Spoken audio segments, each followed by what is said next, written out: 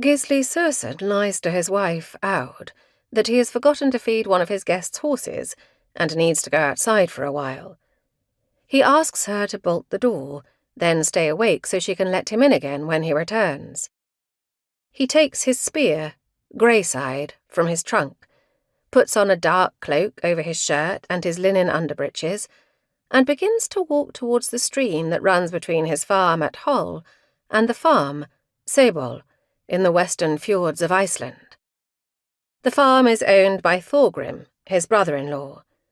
The stream is the source of water for both farms. Though the water is frigid this night, he wades through it until he reaches the path that leads to Sebol. Gisli does not like what he has set out to do, but he is certain that he must complete his task. His deep feelings of honour leave him no choice.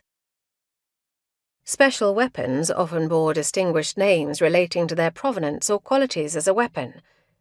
Examples from Old Norse Icelandic literature are Legbiter, Grettir's Gift, Battle Flame, Byrnibiter, and Trucebreaker. Gisli thinks back to the time when he and the other people from Holgadale sat in complete amity at a drinking bout, with plenty of ale and food amid much cheering and sharing of stories, jokes, and laughing.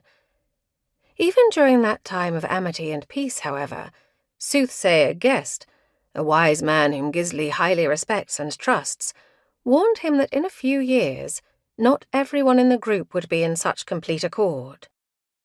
Gisli had been well aware of tensions among the people of Holkadel. After all, what family does not have its disagreements? But he was surprised to learn how dangerous these differences would become. The soothsayer's forebodings were often accurate, and Gest's prediction left Gisli desperate for solutions that might change the outcome. Determined to do everything he could, he suggested that he and his kinsmen enter a pact of sworn brotherhood to confirm and seal the solidarity among them.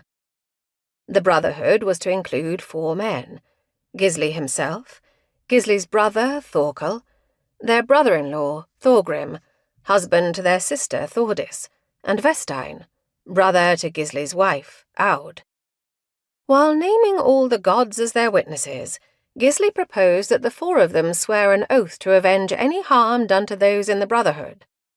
All agreed, but when they joined hands, Thorgrim suddenly withdrew his hand from Vestein's, saying he only felt obligated to enter into the pact with his wife's brothers, not with Vestein.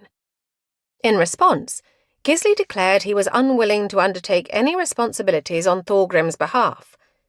It was safe to say the brotherhood had its challenges from the beginning.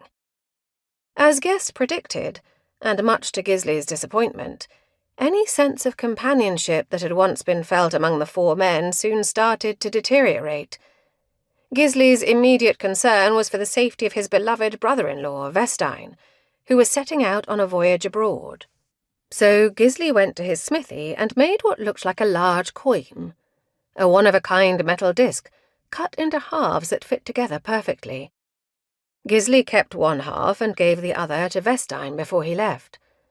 They agreed that if either one ever felt that his life was threatened, he would send his half of the disc to the other as a call for help.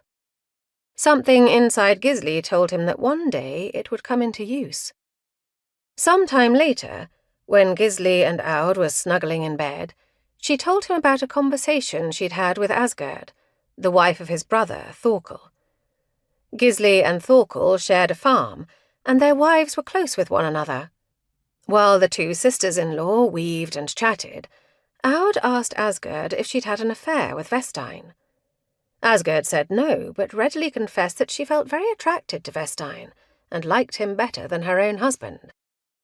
To her horror, Aud realized that Thorkel had overheard their conversation. Despite being upset after hearing Aud's story, Gisli did not blame her, for as he said, someone had to speak the words of fate. What is destined will come to pass.